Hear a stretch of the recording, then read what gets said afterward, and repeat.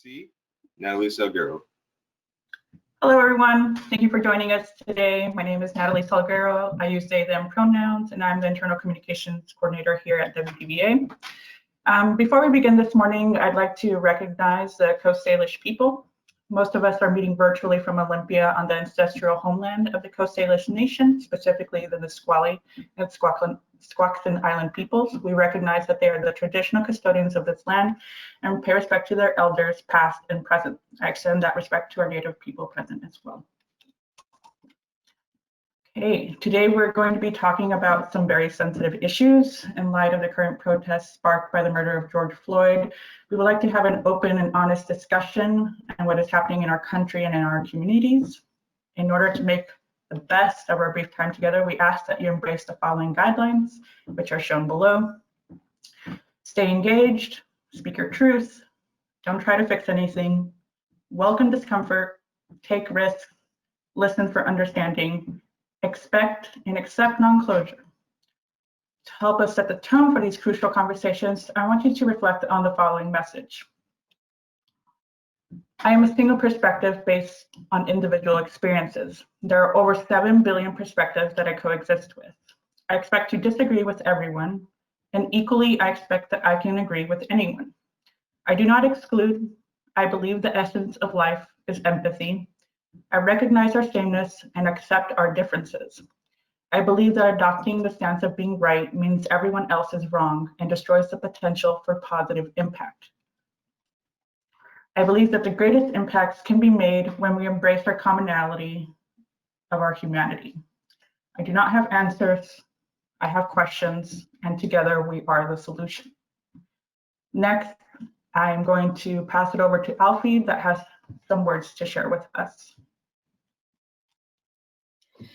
Thank you, Natalie, and thank you all of those who have contributed to be able to make today possible for all of us. If you can accept the webcast request, sorry to interrupt there. Okay. That way we are. Okay. Perfect. There Thank we you. go. Okay.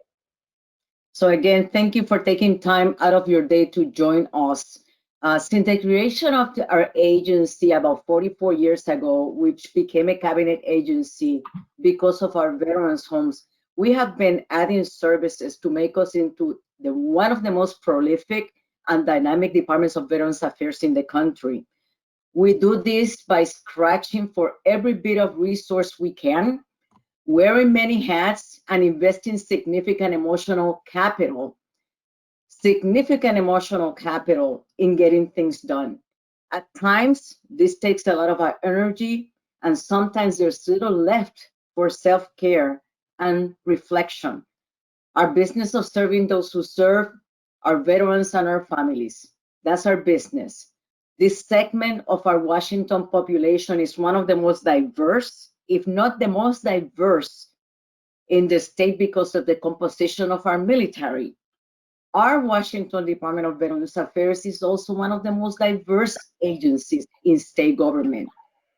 So in reflecting some of the value statements that we have, the WDVA way, when we put to practice our values consistently and intentionally, we practice diversity and inclusion.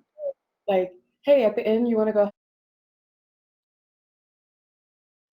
So as an agency, we have not been intentional on our approach to diversity, equity and inclusion. And I'm going to say DEI to make it short and not confuse myself. And seeking to understand the causes and effects of racism, ageism, misogyny, and other biases that can get in the way of bringing our full selves to work every single day. So I sent you all a message a few weeks ago regarding the events that rekindled the issues of race, particularly for our Black community dealing with the use of lethal force by police officers. I told you that rather than be frustrated and angry, or worse, indifferent, we are going to be proactive and intentional in addressing DEI in our State Department of Veterans Affairs. Our country right now is dealing with issues that date back to 1619, when 20 Africans from Angola, kidnapped by the Portuguese, arrived in the British colony of Virginia and then were bought by English colonists. The arrival of the enslaved Africans in the New World marked the beginning of 2.5 centuries of slavery that continue to have significant impact on the lives of our Black community.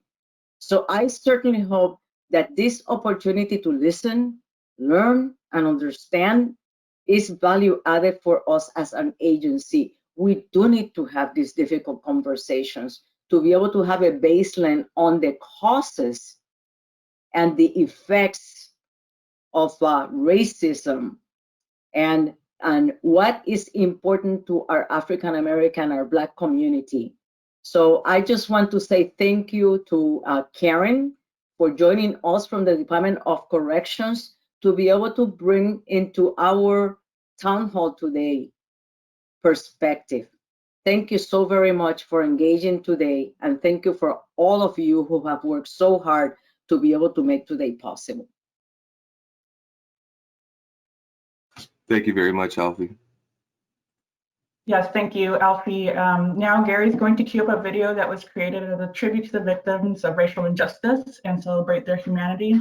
At the end of the video, when the music stops, there will be an image that will last 3 minutes. That's when we're going to take a moment of silence and remember those who were killed.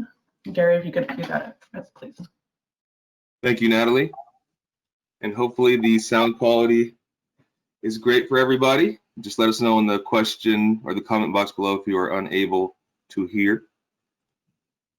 Bear with me while I pull up our video.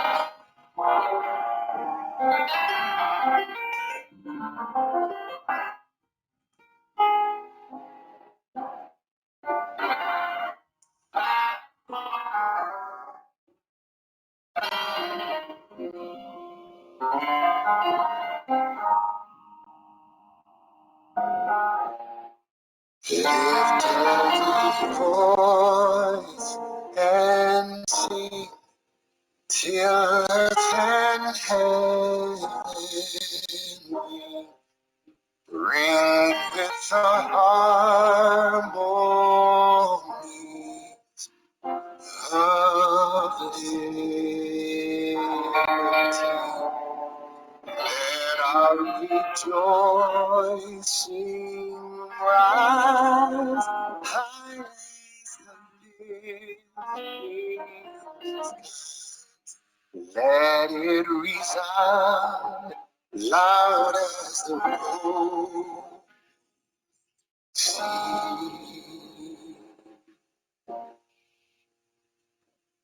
Sing a song full of faith that the darkness has taught us. Sing a song full of hope that the present has brought us. Facing the rising sun of our new day. Let us march on till victory is won. The God of our wearies, God of our silence, Thou who has brought us thus far on our way, Thou who has by thy might led us into the light. Keep us forever in the path, we pray.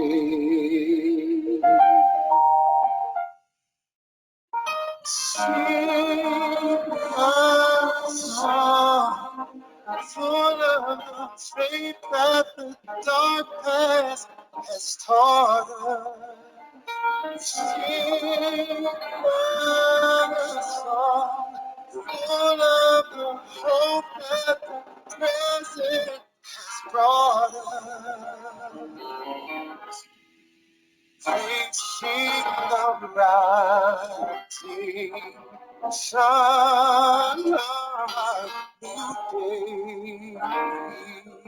God, let us march on till victory is won.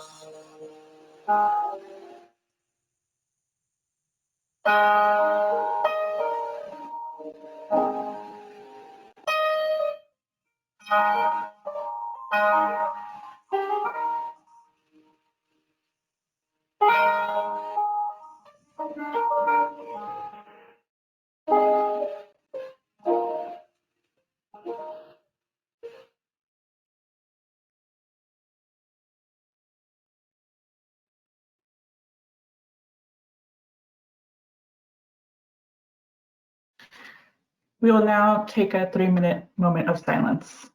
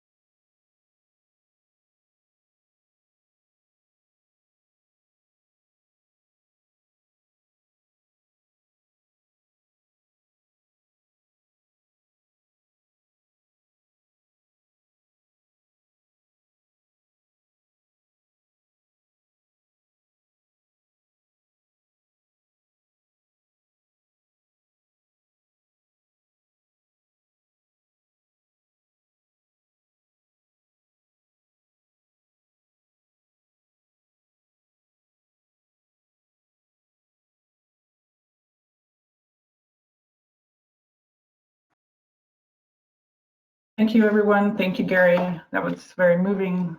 There's just too many pictures in that video, unfortunately. And it's hard not to imagine, you know, what would be that 3 minutes 3 times, and think about the inability to breathe. It'd be very, I can't even put myself in that situation.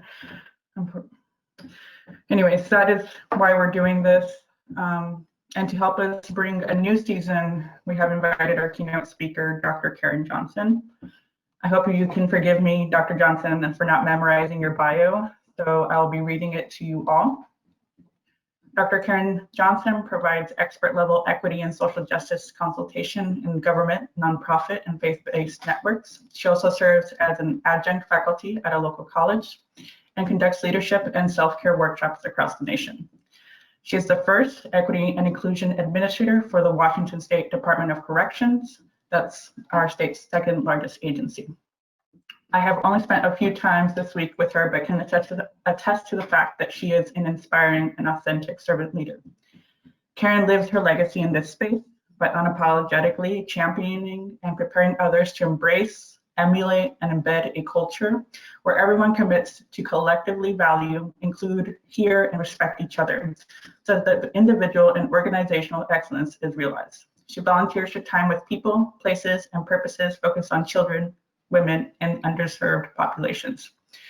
A few examples of her current and former board service include Making a Difference Foundation, Southbound YMCA, and the Washington State Commission on African American Affairs. Dr. J has received recognition for outstanding community leadership and service to education and the young people of Washington by the Washington Association of School Administrators, the Olympia High School 2017 Advocate of the Year Award from the Olympia Education Association, the Humanitarian Award in honor of Dr. Martin Luther King Jr., presented by the Washington State Thurston Group, the Oli Way Award for Outstanding Achievement to our community from Olympia High School, and the District 5020 Energizer Rotarian Award for making things happen in service to others.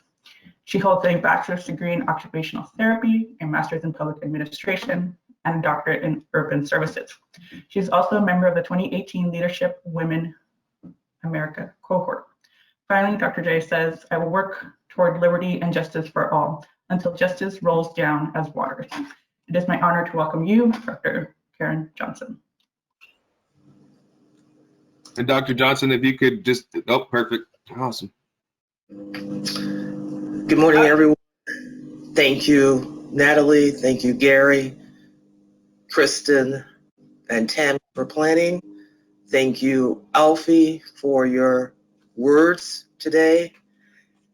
I had no idea that you were going to go back to 1619, yet I'm glad you did, because that is when kings and queens from Africa were brought to this nation against their will and enslaved. And that is where Black skin color equal slave equal inferior equals dehumanized, criminalized, and vilified. That brings us to today. I find it quite prophetic that you, the Washington State Department of Veterans Affairs, are hosting this Juneteenth event 5 years to the day when 9 Black people were massacred at Mother Emanuel African Methodist Episcopal Church in South Carolina. Followed the most recent murders and killings of Ahmaud Arbery, Breonna Taylor, George Floyd, Rayshard Brooks, and countless others that we just saw in that video, to the music of Lift Every Voice and Sing, which is known as the Negro National Anthem. I must admit, in all honesty, transparency, and humility, that every time I see that video and hear those words, it takes me to a place that may not necessarily be the best place for a keynote speaker. You be the judge. And so today, I don't even have prepared remarks. Now, my mother would be highly upset if I abandoned with protocol, so I will say it is good to be home. I grew up, my professional experience was in the Federal Department of Veterans Affairs. I gave over 14 years of my life in service to our nation's veterans and plan each and every day to help veterans however I can, because they were willing to die so that I might sleep peacefully at night. Notwithstanding that many of the veterans who served in this land were fighting for freedoms of other people that they never experienced in this country. Which brings the connection to Juneteenth. I was thinking about, what does Juneteenth have to even do with the Department of Veterans Affairs, notwithstanding with what's going on today? And the connector, for at least federally, was Abraham Lincoln, because he's the one who gave us our mission in the federal VA. It was the Veterans Administration.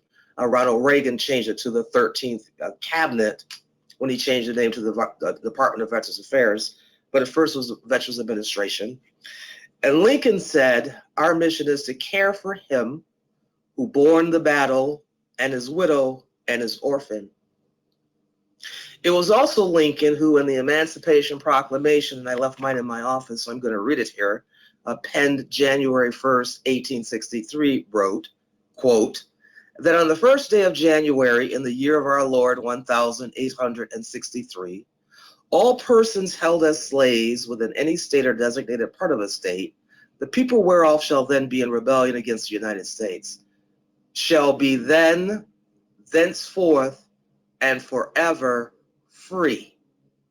And the executive government of the United States, including the military and naval authority thereof, will recognize and maintain the freedom of such persons, and will do no acts or act to repress such people, persons, or any of them in any efforts that may make for their actual freedom. In other words, the federal government and the military and naval authorities were supposed to help the Black people who were declared free from slavery on January 1st, 1863, to indeed be free. Well, as the story goes, and then he knew that there had to be a constitutional amendment. So the 13th Amendment was ratified in 1865, and that reads, neither slavery nor involuntary servitude, except as a punishment for crime whereof the party shall have been duly convicted, shall exist within the United States, or any other subject to their jurisdiction. And in the system within which I work, many people say that we are in a criminal justice system in prisons that is constitutionally endorsed and government-sponsored slavery because of the wording of the 13th Amendment. Be that as it may, as the story goes, 2.5 years later, after the Emancipation Proclamation was issued, ordering states in the Confederacy to release all their slaves, Black people in Texas finally achieved their freedom from what's referred to as chattel bondage or chattel slavery. This came on June 19th, 1865, by General Order Number 3 that demanded that slaveholders free their slaves. And this was read in Galveston, Texas. So that day, June 19th, June plus 19th, became known as Juneteenth, and it's an annual occasion for celebration, reflection, education about the meaning of freedom and ongoing universal struggle of Black people for liberation and the domination of oppression. And as we know, that struggle continues today. By way of what is Juneteenth, I would encourage you all to Google Frederick Douglass July 4th, because there are many Black American descendants of kings and queens from Africa are brought here against their own will and enslaved, who do not celebrate July 14th as their Emancipation Day. They celebrate Juneteenth as their Freedom Day or Emancipation Day. And Frederick Douglass explains why. Also, we just listened to the words of the Negro National Anthem because many did not believe that this country was theirs because of how they were, Black people, how they were treated, and do not even sing the national anthem, instead sing, lift every voice and sing. And so, even though we began in 1619 with slavery in America, that then was followed by lynchings in America, at such that in the Equal Justice Institute from Brian, there are represents the dirt, samples of the dirt of where lynchings took place. And he has a whole museum of coffins suspended from the ceiling showing the lives of Black people that were lynched, usually for no reason at all. Following this nation, now this is after emancipation, of segregation in this land. And we all have heard about the Edmund Pettus Bridge March. That was for voting rights. And many had to come out to just fight for these freedoms that President Lincoln ordered in 1863. You know, somebody paid for our right to vote with their lives. And so we say that the opposite of poverty in this nation that many are experiencing is not wealth. The opposite is justice, which brings me to today. We have seen many signs, no justice, no peace. I would like to submit today two more phrases: no justice, K-N-O-W, no peace, K-N-O-W. No justice, N-O, justice, N-O, peace, K-N-O-W, justice, K-N-O-W, peace. Because until we really know K-N-O-W, peace, and that is not the absence of conflict, by the way. Dr. King did tell us that. That happens when we sit down and become honest, do some real talk, keep it 100 truth telling about what many refer to as our national sin. And what I know as a minister of the faith about sin is it cannot even really be addressed until we can confess it and ask for forgiveness. So perhaps us being proactive in this hour really consists simply of love, not as an emotion, but as an act of our will, where we begin to admit and confess, you know what, we absolutely have brainwashed people to believe that Black people are criminals, inferior, ignorant, and aren't even human. Because, I mean, just picture this. The officer who had his knee on Mr. Floyd's neck for 8 minutes and 46 seconds. Now, yes, I understand there is narrative that police need more training, and he perhaps might have needed some more training. But it seems to me if you have to train somebody not to do that, perhaps you should have even hired them at all. And that training, by the way, would have to occur throughout the land, not just with police, because this is a societal brainwashing. And what I learned from the veterans in the VA back in the day, last century, is that because we still had World War I and World War II veterans who were alive, what I learned from the veterans back in the day is before they went off to war, they were brainwashed. And what happened was the people that they were going to go fight, they were flashed images that dehumanized them to make it easy to kill them. For what 17 or 18-year-old child has a propensity necessarily to just go ahead and kill folk, especially babies and women? You have to see them as less than human to go and kill them. And so we as a nation have been brainwashed to believe that Black skin equals inferior, equals dehumanized, criminalized, vilified, not human. And when you look at the photo of Mr. Chauvin, of Officer Chauvin on Mr. Floyd's neck, with his hand in his pocket and the smirk on his face, looking dead into a camera, a video camera who was taping him, with the can't touch me look, it was quite clear that he felt that he got him one. Matter of fact, it reminded me of a hunter who just killed a deer or some other animal with antlers that they were going to put on their living room wall because he was not considered human. And that is the conversation that I heard your leader, Alfie, say that she wants you, particularly those of you in our Washington State Department of Veterans Affairs, to start being proactive and intentional about DEI based on real conversations that deal with the matter. I would suggest also, now I'm talking to my DVA colleagues, that each of you spend some time perhaps watching a YouTube video I just saw this weekend with Morgan Freeman entitled Resting Place. And it's a good story about a military officer who had to bring home the body of a black man who lost his life in battle. And he was going to be buried in a Georgia city in 1972. Yes, you guessed it, the military officer who was killed in service to this nation was black.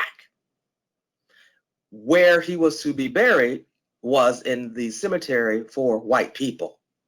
I'm not going to tell you the rest of the story. I want you to go and watch it.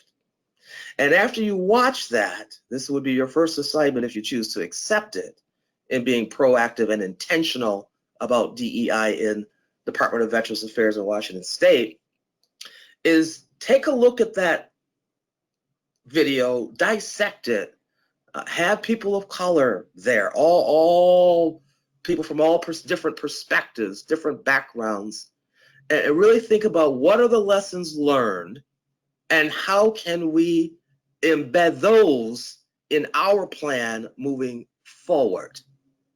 Because you see, each and every one of them, and I bet some of these veterans in our veteran homes are black and brown people. You know, I bet in your organization there are some black people, but probably mostly white people. But what I want everybody to understand is, I don't know about you, but nobody asked me what earth suit I wanted to wear traversing this nation. Now, chances are, if I was asked if I wanted to be an absolutely beautiful black African queen, right? Tall, lovely, brilliant, I probably would have said yes. I probably would have. But nobody asked me what kind of earth suit I wanted to wear. And I would submit to you, if you're honest with yourself, you'll tell me that nobody asked you about what kind of earth suit you wanted to wear to traverse this place called Earth. So it causes me to ask the question, well, how do we even have the audacity, therefore, to believe that anyone is better than anyone based on the color of their skin, based on their gender, their sexual orientation, who they love? Who has the audacity to say that the people are inferior and going to bring them from their native land and enslave them and think that's okay? And then when they exercise their humanity, their right to be free, are going to lynch them. We now see protesters in the streets saying enough is enough. The time has come for us to live out our humanity as one people or die together because we don't care. Now let's just talk about that. I don't know about you, but when I learned that the COVID pandemic was killing first people in nursing homes, that's typically older people, and then next out were incarcerated individuals, that many people refer to as prisoners or inmates. We refer to them as incarcerated individuals in the Department of Corrections here in Washington State. Then we learned that the virus was disproportionately impacting Black and brown people. I'm like, now see, y'all could have probably held that story, because now you're trying to get everybody killed. Because we know that as a society, we do not honor or value our elders, which is also problematic, but that's not what I'm here to talk about today. We know we don't honor those who are incarcerated, because many view that as the new Jim Crow, the age of mass incarceration, constitutionally sponsored by Amendment 13, the 13th Amendment. And if you haven't watched 13th on Netflix, you might want to check that out as well. And then the Black and brown people. And we know that they don't really care about us, just based on behaviors. This is not Dr. Johnson's opinion. This is based on the disproportionality among Black and brown people in every category of life: education, wealth, housing, incarceration, health disparity, just every aspect of life. And so what happened was, as you recall, some nations didn't even put a shelter-in-place order in place. And those who did, now it's time to suddenly open up the economy, because after all, we're only losing Black people, brown people, old people, and prisoners. We don't care about them, they can die. And so while this was going on, Mr. Arbery was out for his daily jog, and he gets shot by a self-proclaimed Black man or white man and his son. Breonna Taylor, sleeping in her own bed, gets killed while this is going on. And then we see Mr. Floyd being murdered in living color.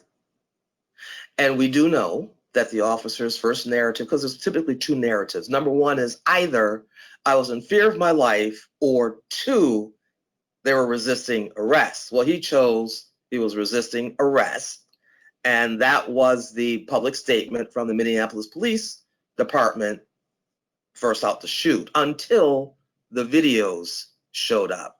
And then the protest started. What was irony to me, what was very ironic to me was, now see, had the shelter-in-place order still been in place, perhaps Mr. Floyd would not have gone shopping that day, because what he was going to buy was not essential.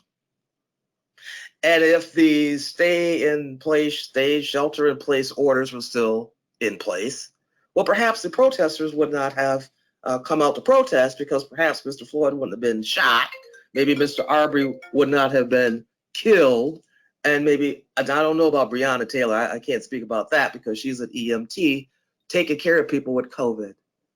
And so here we are, again, just looking at injustices, decisions, laws, policies, practices, procedures that not only adversely impact Black people and brown people, but I would submit all people, because it really cannot be healthy to lynch, kill, destroy a person based on the amount of melanin they have in their skin. That can't be healthy for the person who's the recipient of the abuse, nor can it be healthy for the abuser. And that's why we now have protesters talking about Black Lives Matter. And on that one, and I think I'm about at the end of my remarks, because I do want to have plenty of time for open forum. But before we have open forum, I want you to think about this: Black Lives Matter. My dad, when he was alive, called me a few years back and said, "Karen," I'm like, okay, here we go. Something's bothering him, because typically I'm daddy's little baby girl. Well, we want daddy's little baby girl that day. "Karen," yes, Dad. "Remember, you are a minister of the Lord Jesus Christ. You are an evangelist. You serve God." And forgive me, because there's noise in the background that I just can't mute out. "And with God, all lives matter. So don't let anyone rope you into this Black Lives Matter mess." That's what Dad said. So I've learned over the years that you don't have conversation with Dad when he has a bee in his bonnet, and so I had to diffuse the situation. So what I did was I said, "Well, Dad, does Deacon Williams still live across the street?" He said, "Yes." I said, "So imagine that Deacon Williams' house is on fire, and you call the fire department, and the fire department shows up, and they start hosing everybody's house except for Deacon Williams, we both know that you'll be the first one in the street after you have cussed the firefighters out, ask, how come you haven't hosed his house when clearly his house is on fire? And the firefighter looks at you puzzled and says, because all houses matter. That's what this means right now. It's not saying that nobody else is bad, but right now, Black people's houses are on fire. And right now, that's where the attention, where the focus needs to be placed. Because again, Dr. King was absolutely correct when he said, what affects one directly affects all indirectly. And I would submit that we right now find ourselves in not only a movement moment, not only in the fierce urgency of now, but we also find ourselves facing two public health crises or pandemics. The first is COVID-19, and the second is systemic racism. Yeah. And the question becomes, what are we going to do? If any of you have ever asked yourself, what would I have done during the civil rights movement?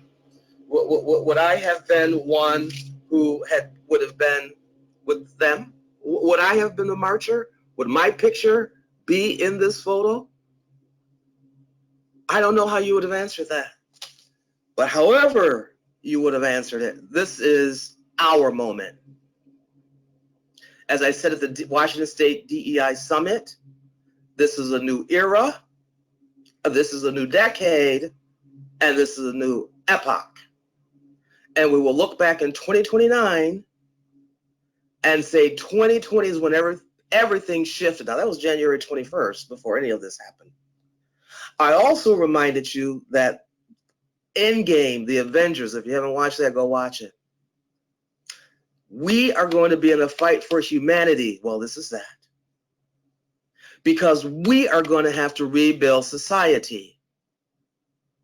And if ever there's a time for us to listen to the young people, now's the time. Because remember, Dr. King was young. For those of you who followed Malcolm X, Malcolm was young. John Lewis was young. Ella Baker was young. This is the time for intergenerational synergy for those of us who are over 40. Just always remember, I look younger than I am. And those of us who are under to come together and say, enough is enough. We are human, we are free, and we are going to live together in common unity, community. The question is, what are you going to do? Because another sign that we saw in the marchers from the protesters is silence equals violence. Because what affects one directly affects all indirectly. My question to you this morning is, what will the history books record about you in this hour? And while you still have breath in your body because you don't have COVID-19, or you haven't been killed by police officers or just self-proclaimed vigilantes, what are you going to do in this hour? If not us, who? If not now, when? If not here, where? This is the time to stand up, to show up, and to speak up for liberty and justice for all. And let this Juneteenth 2020 be your call to action. Freedom Day, Emancipation Day. And this is why someone saying, and I don't think I'm going to sing it, but we'll see, possibly. Oh, freedom, oh, freedom, oh, freedom, Oh, freedom over me.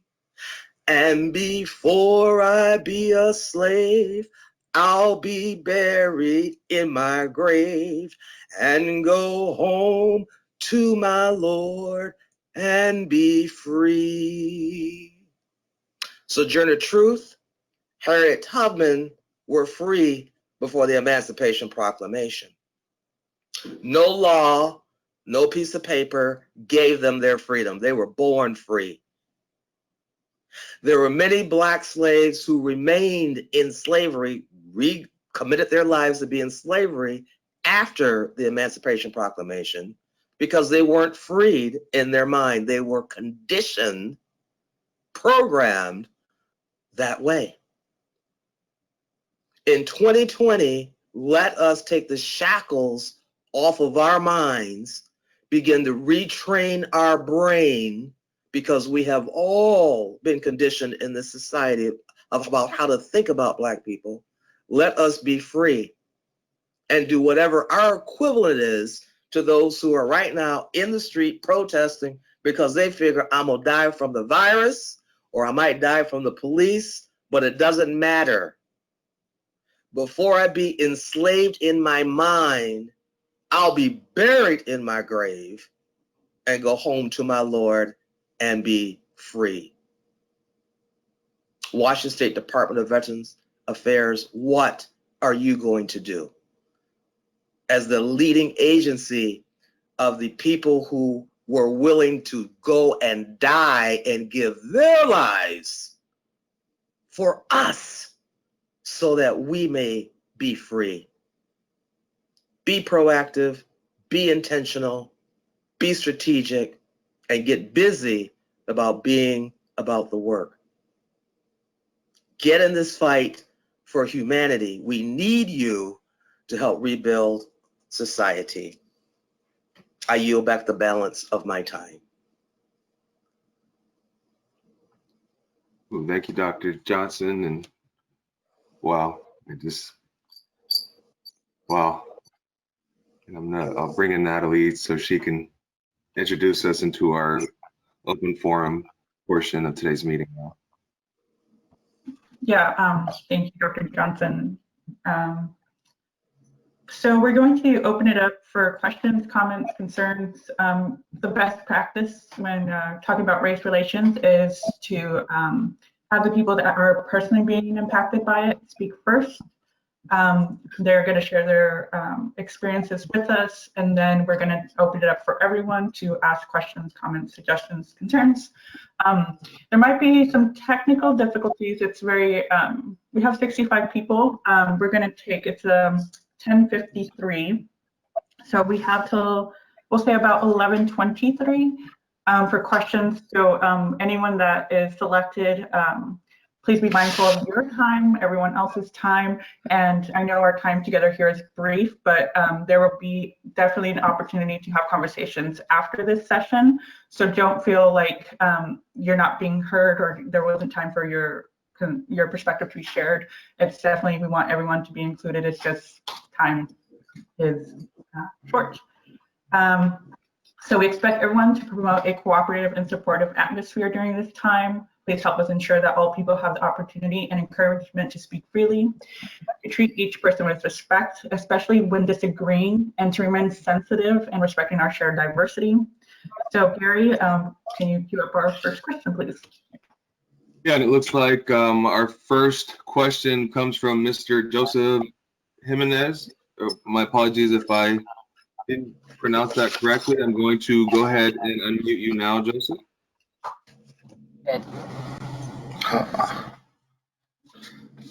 Okay, thank you, Dr. Johnson, for those powerful words. I made that comment earlier. You know, as a Latino here in the state of Washington, you know, I've lived in Washington State now for over half of my adult life. You know, I've you know, being a member of the Marine Corps, you know, the military is a very it's a very inclusionary agency that you are thrust upon at most of us at a young age, where we engage with all all people of different race, creed, religion.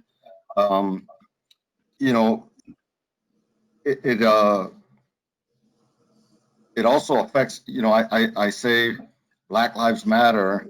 You know, I marched with a group about a week ago with Catholic Community Services, but you know, part of it too, the injustices that have happened that have kind of gone to the wayside too. You know, you start talking about the immigration issue. And like I said, there's just been so many injustices that have happened between not only Blacks here in our country, but, you know, Latinos as well. You know, the LGBTQ community. You know, I think, you know, part of that, and I guess maybe more so a comment than a question, but I just want to make sure that, you know, all that is not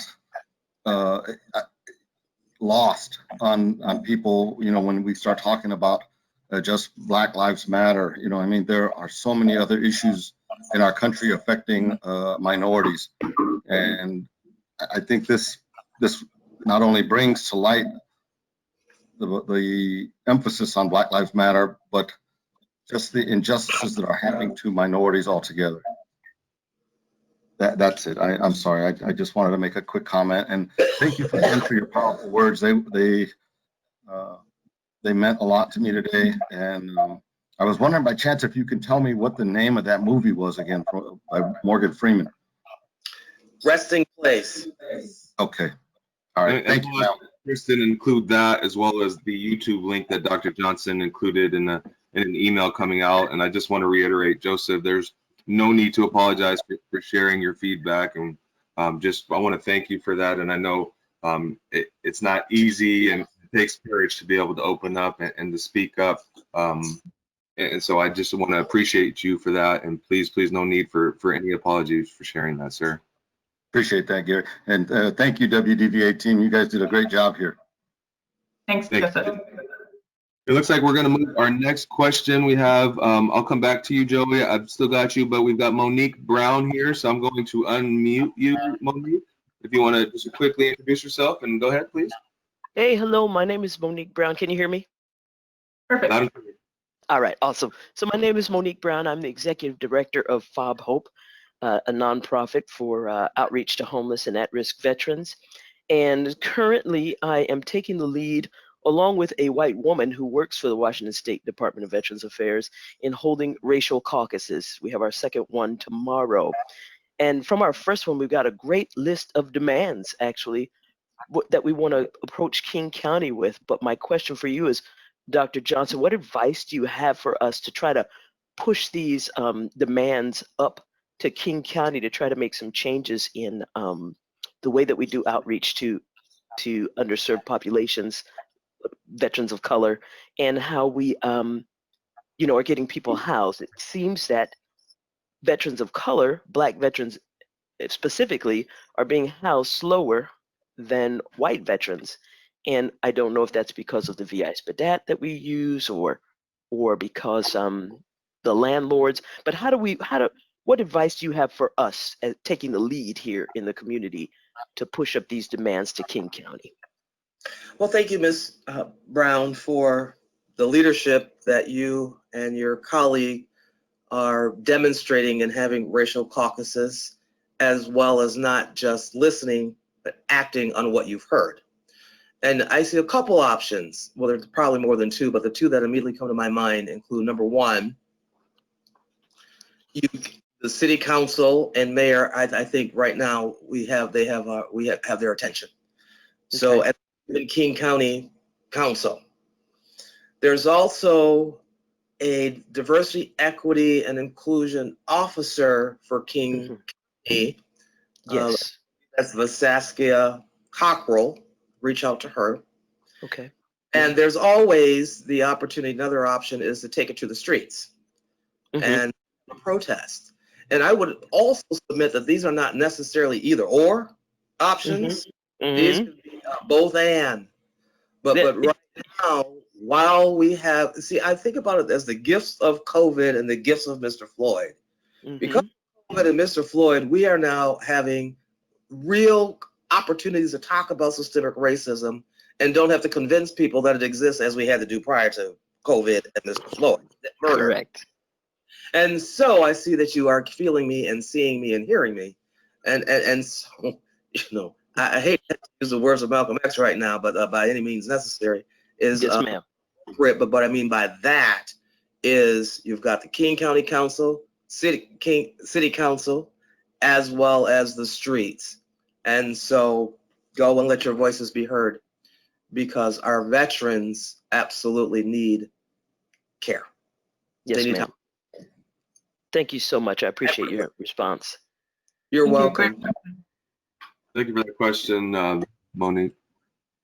And do we have, I don't see any other hands raised. I know, oh, actually we do have another hands raised, and I do want to shed light to Joey's comment here of just he has his younger children on his lap, and they're really engaged with this and asking all types of questions, and we just love to hear that, Joey. So thank you for sharing that with us. And I'm going to go ahead and unmute Tom Hove. The mic is yours. Okay. Hi, Dr. Johnson. My name is Tom Hove. I have a question. Actually, so my husband and I, we have fostered and adopted 2 Black children. They are toddlers. They're going to be 3 here in a couple of months. And my husband is actually a police officer for Seattle. And when all of the stuff with George Floyd and everything started coming out, I mean, he had quite the epiphany with what it means to hold white privilege and have white privilege and police brutality. And, you know, I look at this time as being a really vulnerable time that we need to educate ourselves because, you know, the last thing, I don't want to have to prepare my children for the world. I want to have the world be prepared for my children, if that makes any sense. And so I just, you know, with education, with any type of, you know, where do we go from here with using our voices, our platform, our realm of influence, and how do we have that conversation, and how do we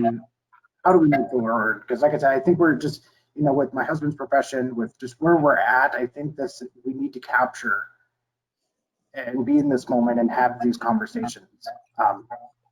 Hopefully that made sense. Sorry. Well, we'll see. Thank you. Thank you, Mr. Hope, for your transparency. And I would say that perhaps part of the answer is in your last name, Hope. One, Hope, but as an acronym, help other people excel. And you know, when we were flying in airplanes, they used to tell us in the event that we lose air pressure in the cabin, put the mask on yourself first before putting the mask on the babies. Okay. So I would say this is probably time for you and your husband to put the mask on yourself. I would commend you. I would recommend that you read and or watch everything that Tim Wise has written and or said, starting with the book entitled White Like Me. If you are, do you work for the state, Mr. Hope? Well, Yes. So have Natalie or Gary, somebody find the link for the 2020 Washington State Equity and Inclusion Summit. You might want to listen to what I had to say, possibly, but you definitely want to listen to Tim Wise's closing remarks on day 2, January 22nd. So spend some time with Tim Wise. I would also encourage you to read a book entitled White Fragility by Robin DiAngelo there. And a book entitled, So You Really Want to Talk About Race. So do some reading, some educating. I think it's also going to be highly important to find some real, keep it 100 Black folk to have real candid talk with you about raising those 2 Black children that you have fostered. and maybe even have some real keep it 100 dialogue with some white folk who have biracial children or have done the same, so you can find out from their perspective what they have also experienced. Now, in terms of your husband, it'd be very important for your husband to recognize and admit that policing in America is a form of slave control. So you might want to do some research around the Klan, white citizen councils, all endorsed by law enforcement to keep Black people in control. And so when he has an opportunity to weigh in on what does reimagining policing look like, you know, as part of this narrative of defunding police, you know, once this, because the whole culture has to be transformed. And if the two of you want to be actively involved in a platform, I would encourage you to reach out with to Andre Taylor or Lisa Dugard, Daugaard. Either of those, you can probably find them somewhere, Google them, because they are actively involved in King County police accountability work and definitely have voice, definitely have platform, and are seeking not so much allies right now as accomplices. I think of accomplices in the role of former day abolitionists. Abolitionists were willing to die so that people who look like me could enjoy freedom. So those would be some of my suggestions. I also, it's going to be important to help children understand, because of their skin color, they too might be killed by somebody like who has the same profession as your husband, just because of the programming. So I hope that helps. Yeah, I want to thank you, Tom, for sharing that. And looks like we've got Jennifer McDaniels here with a question, and then I'll get to Kelsey. I'll either read your comment or I'll let you kind of chime in on that question that you just sent. So I'm going to go ahead and unmute you now, Jennifer McDaniel. Okay. Good morning, everybody. Good morning, Dr. Johnson. So I'll try to be quick and cut me off if you need to. So I did want to bring a perspective, kind of piggybacking a little bit on Tom Hove's family. I am former law enforcement. I work for WDVA now. I'm from a law enforcement family. My father was a state patrol trooper for 30 years. I am in no way denying what is happening. I'm in no way denying what we are seeing and what happens with some in law enforcement. But I do feel a personal need. Sorry. I do feel a personal need to say that how I did that job and how my father did that job, we believed in protecting and serving. And my father and myself held ourselves not only to the law of man, but God's law. And some of you have heard me say this before, so I apologize for the repetitiveness. But God's law, as you know, is a much higher standard. And I have also said that and believe and have lived my life, and my father has lived his life, that no man, and mankind, no man is judged by the color of their skin, but they are judged by their character. And that is how I have lived my life. So that is how I performed my job. This job I have now, and the job I did then. And again, I'm not denying the appalling and disgusting criminal acts that we have been witness to. I'm not denying that. I just want to say that we're not all we're not all like that, and human brutality exists in every profession because human beings exist in every profession. And whether this is the right place to say it, I just still felt the need to defend a part of that profession that are doing the right thing and that are not only not performing such horrible acts, but are also not turning a blind eye to it. And I just wanted to give my 2 cents. So Thank you for sharing. Thank you for your 2 cents. And I want to up the ante and give another 2 cents. And this is for those of you moving forward with the work that Alfie mentioned as your DEI counsel.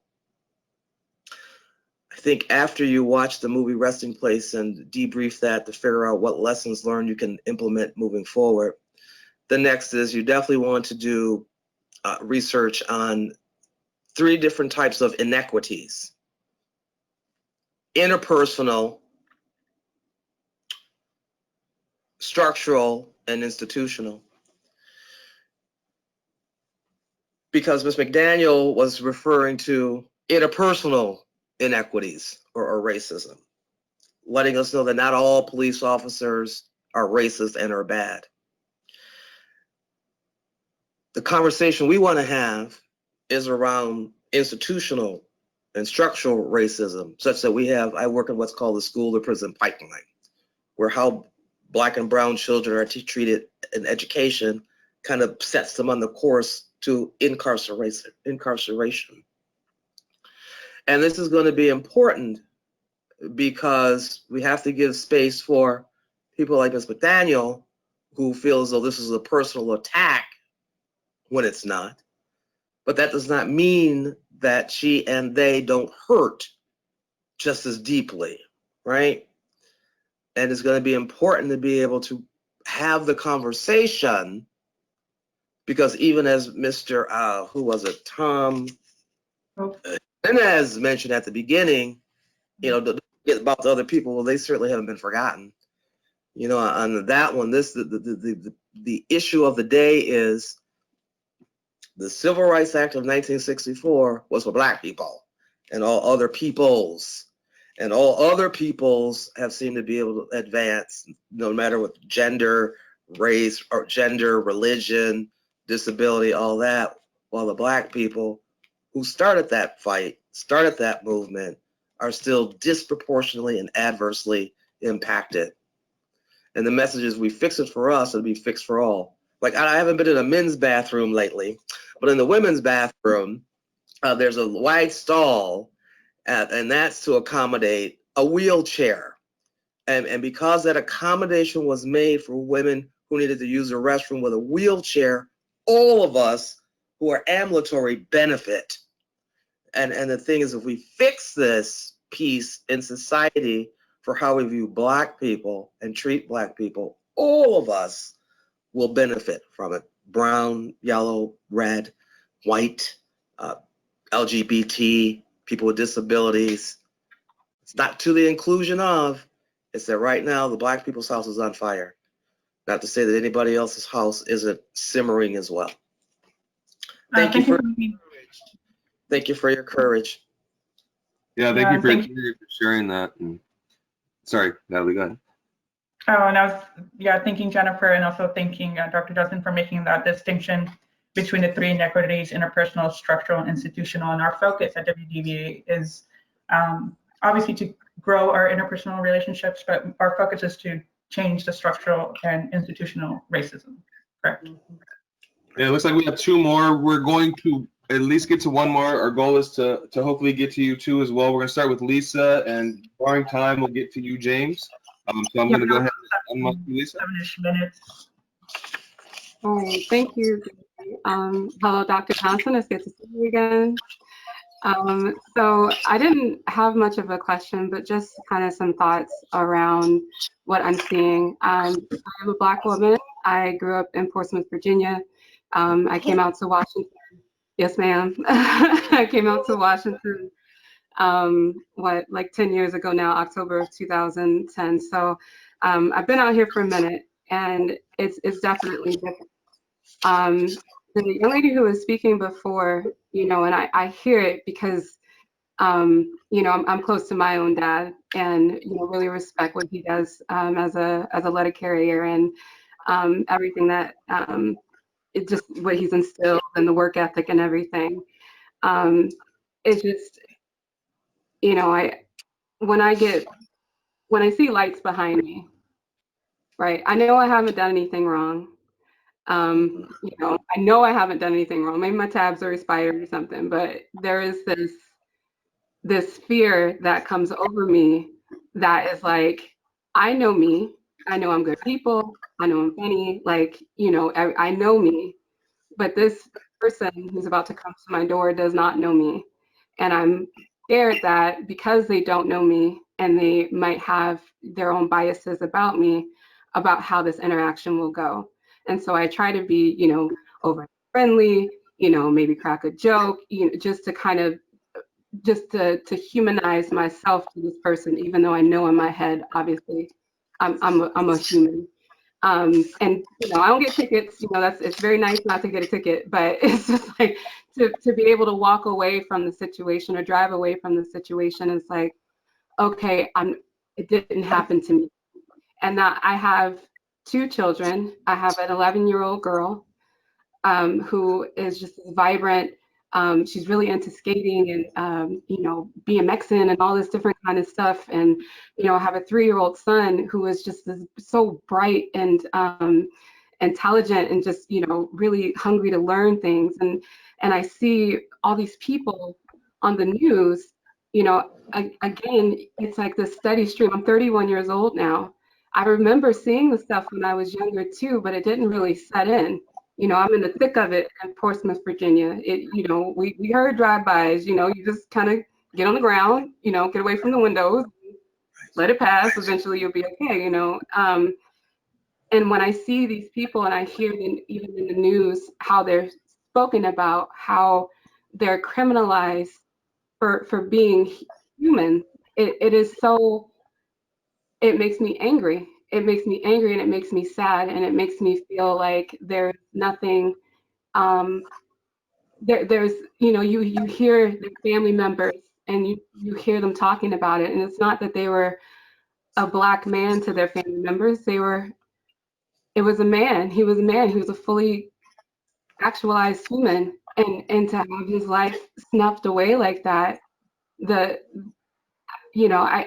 it's just a very difficult thing to behold. And then of course how algorithms and stuff work on social media.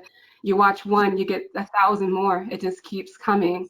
And so I know for me, I'm trying to like keep my head about things and not get discouraged. I know you talked about hope.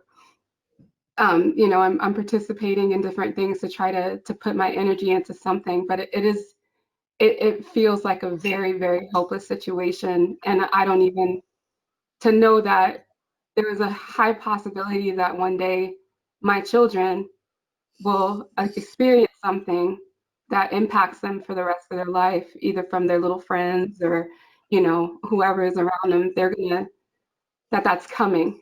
And, I don't know, there's a feeling of hopelessness. It's the best I can.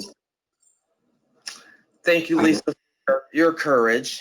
And to you, I just want you to breathe, not shallow up here, but from your diaphragm. Take time to breathe. And to the group, Lisa has brought up 2 critical pieces of your work, being proactive and intentional in moving DEI forward in WDVA. One is the absolute realness of trauma and fear of having to walk around in Black skin each and every day, not really knowing if you're going to be killed, shot, make it home alive. Misunderstood, not involved, not included, stabbed in the back, left out the loop, people lying on you, losing your job, and on and on and on. Fear and the trauma, and it's generational. And so there's a book entitled My Grandmother's Hands, which I would encourage you to read.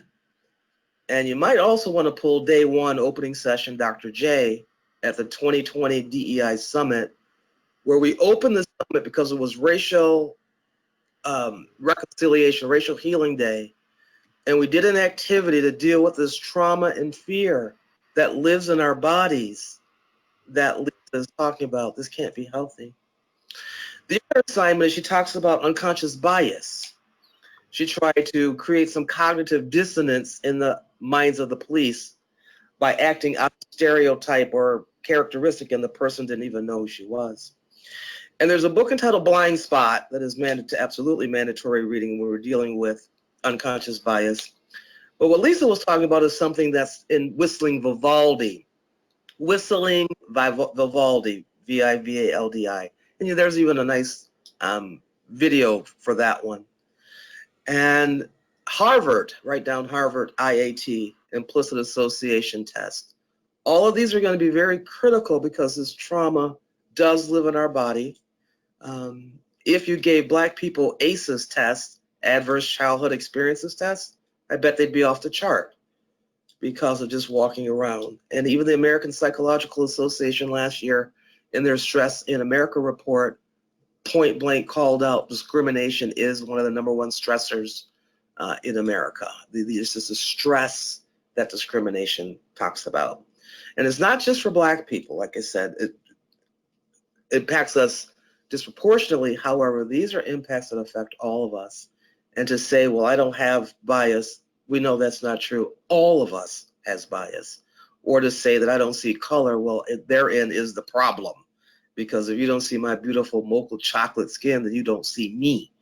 Ralph Ellison, which brings me to Ralph Ellison, he wrote a classic book entitled The Invisible Man that talks about the invisibility of Black people, how we aren't seen, heard, or included.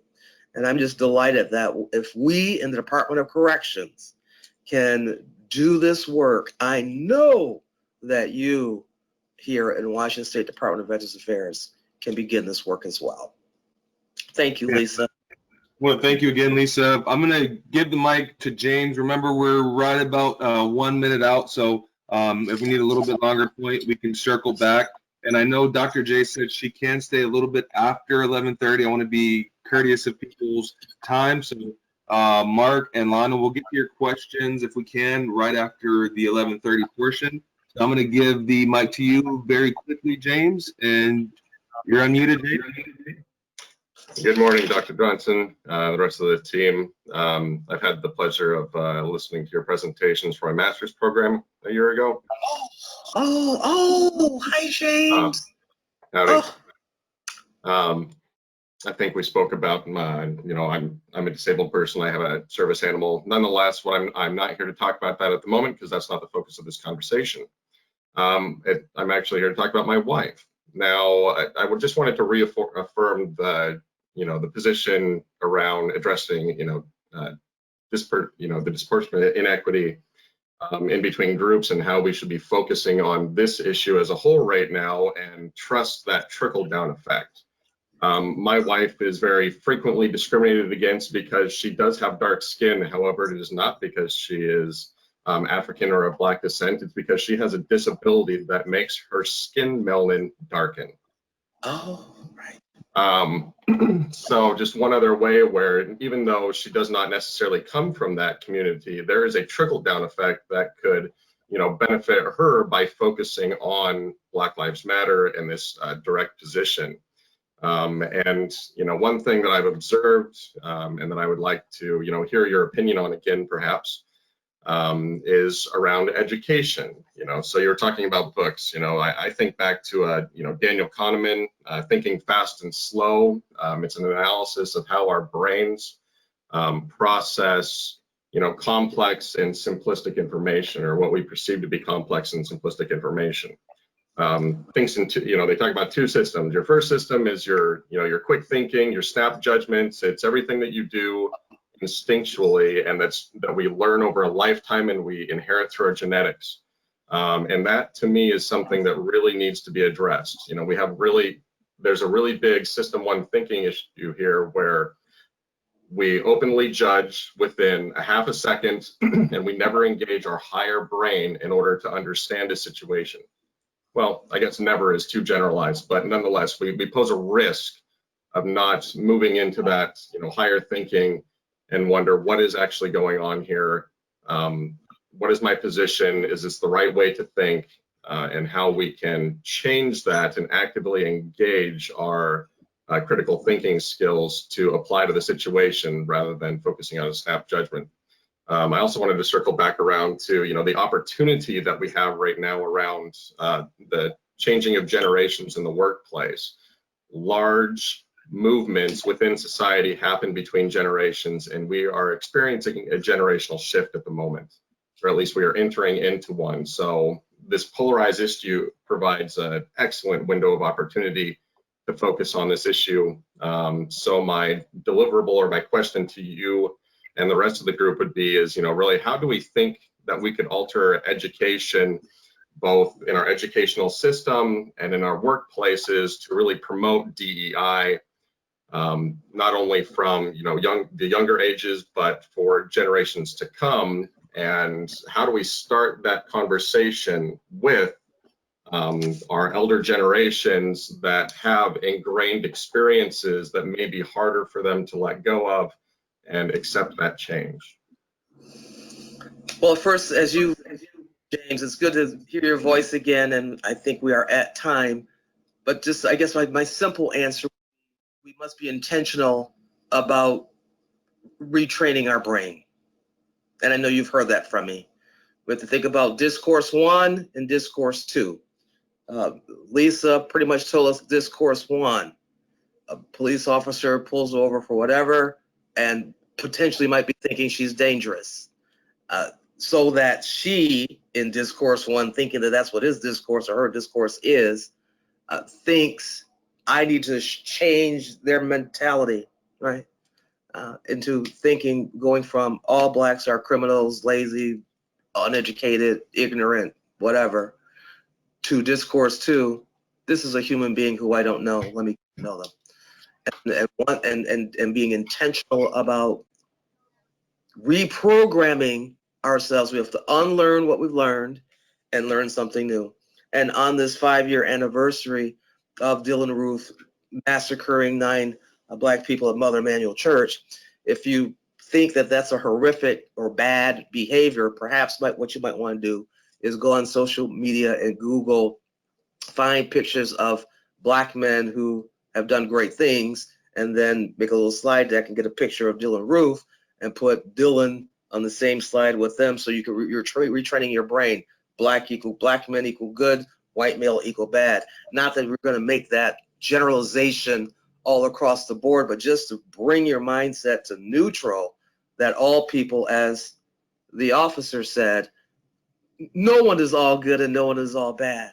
But we have to start deprogramming the programming that we have bought into and don't even recognize that we're living in, because like fish, it's not water.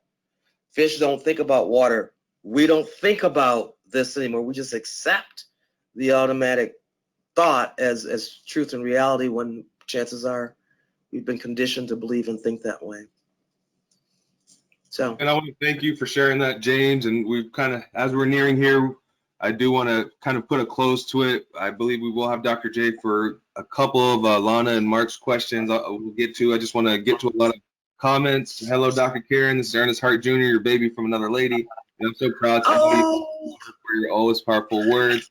Love you and hope to talk to you soon. Tammy shared, thank you, Lisa. You expressed the fear that so many have felt. And looks like we've got you unmuted. I'm going to get to a couple of these last questions. I do want to remind us that we've got only about 10 more minutes in effort to hold Dr. Johnson's time and getting her to her 12 o'clock meeting. But we'll start with Mark Sullivan's question first. Okay, Dr. J. Mark's asked, I've seen a number of protests, marches, and rallies over the years where the people of color own the work while white people stand by and nod while politely clapping. That seems backwards. Racism shouldn't be considered a black problem. It should be considered a white problem. So how do we get white people to own the work? That's a good question, Mark, and I'm looking forward to your answer. However, let's see, I don't think Alfie identifies as white. However, I believe that one way to do that is to have leaders in key positions, such as Alfie, who does not identify as white, I don't think, to do exactly what she just said, to be intentional, start changing systems, policies, practices, and just owning it. And I believe that day is coming by educating yourselves. And because remember, and you hit something I do want to call out, Mark. Racism, while it certainly has impact, is also a social construct, which means we made this up. It goes back to my Earth suit conversation. And if we could make up a system that advantages white people based on the lack of melanin in their skin, then certainly we should also then be able to undo what we did. Easier said than done. Yet we can't really make anyone do anything. We're just going to continue on our journey toward justice and liberty for all. That's a very critical question. I challenge you to begin to seek out that answer and then stand up, show up, and call into action other white people for the sake of humanity. Yeah, thank you for sharing that. And Mark, that might even start with you joining our DEI group as well. And Lana had the last question, and then I'm going to close it out here. And she is no longer on the call, but I will make sure she gets her response. So thank you, Dr. Johnson. In a part of the country where diversity, quote unquote, means more Latin than Black or other, I suggest that our efforts to bring more awareness to valuing them in active ways could, at this time, be supportive of the bigger picture in this nation, the actual burning house. It feels a bit like we're on the periphery here in this little town. That said, how can we more directly be involved in putting out the main fire from where we are located? And it sounds like a lot of those answers and responses might have been just kind of what you gave Mark. But if you want to touch on anything additional on that, Dr. J, I'll allow you that time. Just additionally, again, begin educating yourself. Start reading Tim Wise and everything he has, which will then pop up. Robin DiAngelo around white fragility. Learn about white privilege.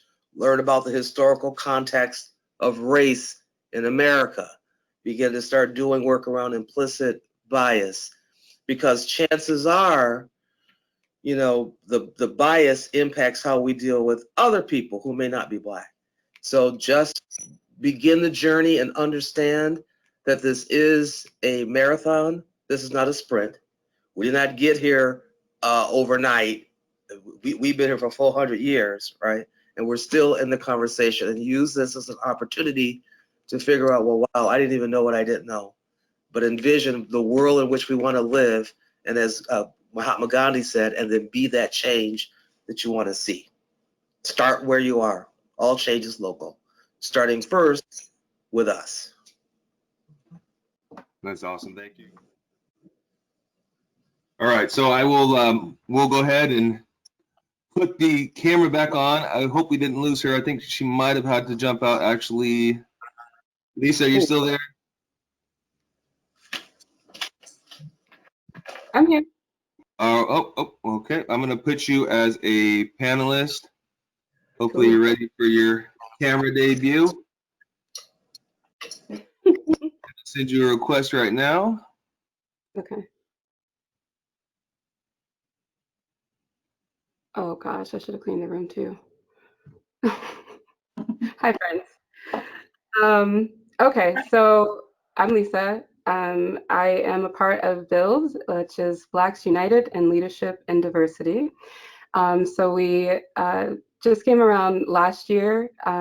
Actually, this time last year, June 18th of last year was like the first meeting where, you know, they basically determined that, hey, you know, out of there at that time were 5 BRGs and there wasn't a Black BRG.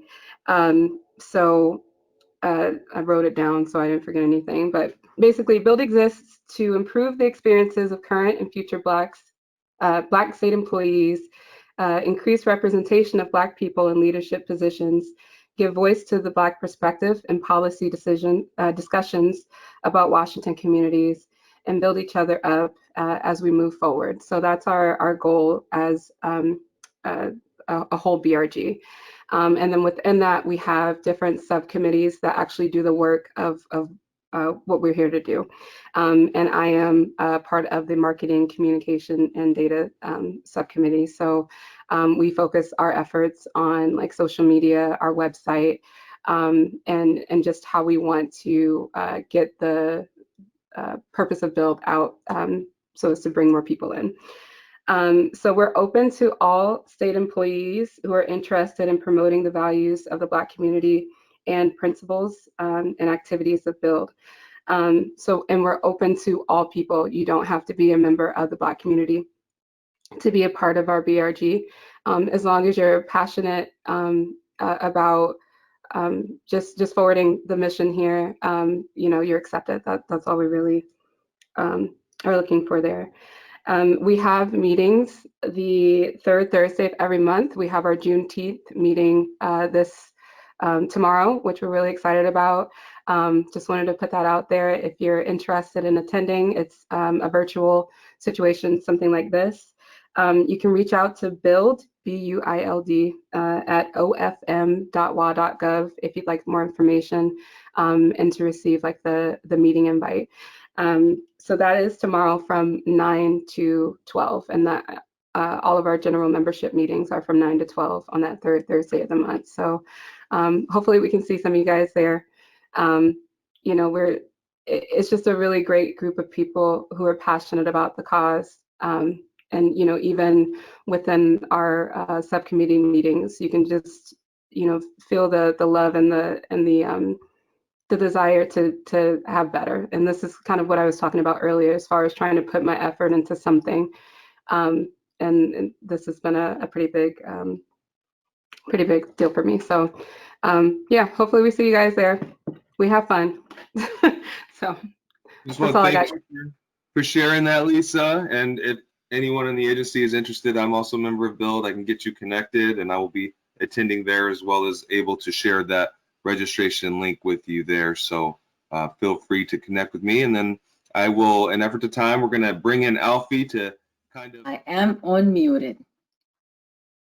Well, I just want to say thank you to Lisa Gomez from Build for being here with us. And Build is, when Lisa says BRG, is a business resource employee group that is really doing a great job in being able to bring awareness to state employees on the issues of our Black employees. So today we're observing Juneteenth, and through the year we will continue the conversations to address so many of the issues that are unique to each of us so that we can continue learning together. As we discussed Black Lives Matter, the counter argument has been all lives matter. And this is where the conversation and perception on the cause and effect of racism in our Black communities can get really diluted. Black lives matter. And what has led our society's behaviors or perceptions from 1619 to today is something that we need to discuss. This is why it's so important for us to have sessions like this and the many others that are going to be coming, so that we can have more knowledge to be able to be of better service to our affected communities. What are we going to do as far as DVA? Where can employees find support?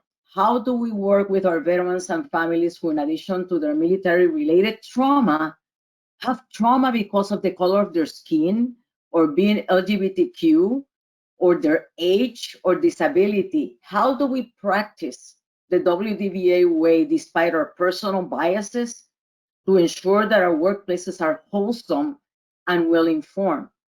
So these are a lot of questions that we cannot answer today, just in an hour and a half, but this is going to be a long journey for us to be able to address a lot of these issues and be able to have that baseline that we need to be able to serve our customers, our veterans and their families, but as equally important, to be able to serve each other in a more culturally sensitive way.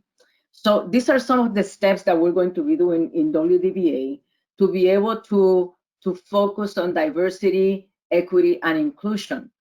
First of all, we're going to create a diversity and equity council at WDVA. It's going to be working collaboratively with others.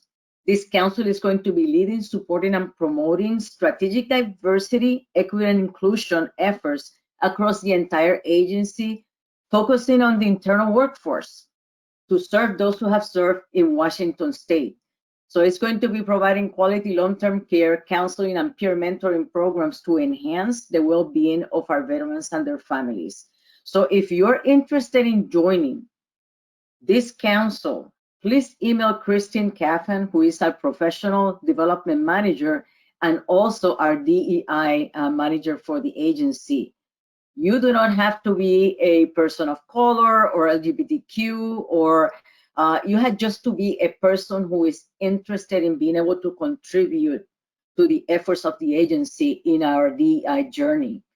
The second thing we're going to be doing is train all recruitment staff on recognizing and mitigating implicit bias. So we're going to be developing a plan requiring hiring supervisors, managers, and their designees to complete this training before starting the new hiring process. We have already started looking at applications to be able to see if the parameters we're setting, the things that we're asking when it comes to our required characteristics for employees, are they reasonable? Are they up here when the fact is that we could just establish a baseline in the things that we ask for employees to be able to bring in with qualifications that will be able to be more inclusive? Because sometimes you ask for a master's degree and all that you need may be a bachelor's degree or even less when it comes to being able to have the personality, the traits that we want in a person, and we can train the technical stuff. This is part of that implicit bias kind of issue. The other thing is that we are going to be developing diversity and inclusion resources for our staff members. Dr. Johnson spoke about different resources like the videos and all, where we may be able to make some of those videos available without you having to get into some kind of a subscription. So it's free to be able to access a lot of those resources. It's important for us, as I mentioned earlier, to be intentional about diversity, equity, and inclusion, because as we're intentional about it, we educate ourselves, and maybe, as Dr. Johnson said, and hopefully we'll be able to retrain our brains, because as she said, we have personal bias, all of us. If you don't think you have a bias, you do, because I know I do. And it doesn't have to be racial bias. It could be any kind of thing that is that first perception that you have of somebody just by looking at them and you go, well, we may be wrong. And part of that is going to be able to think about the issues of color, LGBTQ, age, and all that can affect the way that we interact with each other. I just want to say thank you again. I know that you would have heard from David as we finish today's program, but David is in a really critical meeting with his deputy directors in dealing with some very pressing state issues that we'll talk about later. But again, on his behalf and behalf of the executive team, I thank the group that has put this event together for us, and I look forward to being able to do others throughout the course of the year. Thank you again, and have a fantastic day.